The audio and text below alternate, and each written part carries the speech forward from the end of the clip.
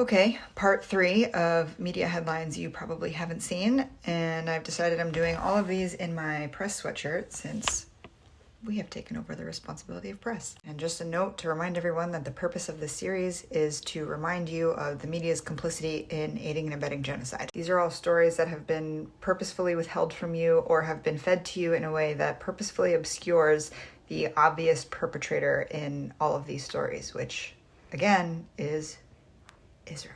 Picking it up at number 11, where Israeli forces murder yet another American in occupied Palestine when they shot and killed 17-year-old teenager Tawfiq Ajak from New Orleans, Louisiana, in occupied Palestine. Number 12 is a video that has yet to be picked up by mainstream media where you can see Israeli military personnel harassing and assaulting Palestinian police officers.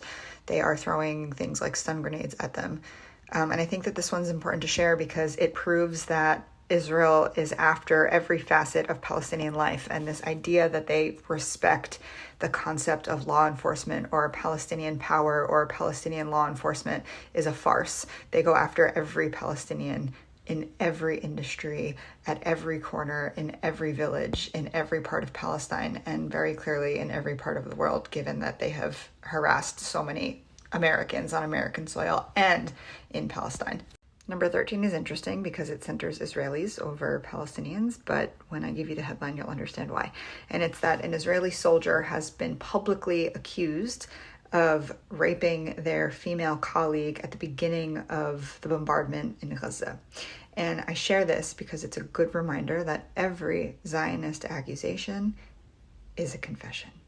And now I think is a good time to remind you that Israel has a very well-documented track record of not only providing citizenship and safe housing for pedophiles and those who have been convicted of sexual violence, but also a well-documented track record of using sexual violence as a tactic against Palestinians, mainly Palestinian women and children.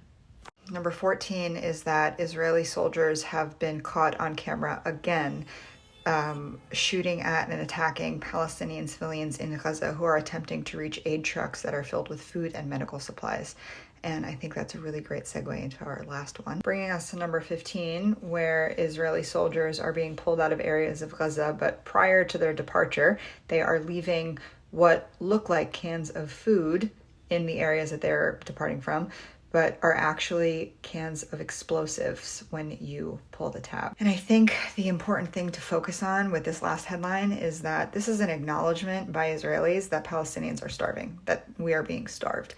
And it's a special type of evil to create a weapon of mass destruction that looks like food, that looks like a basic human need, and to provide it to a person very much in need of that basic human need, knowing it's going to blow them up.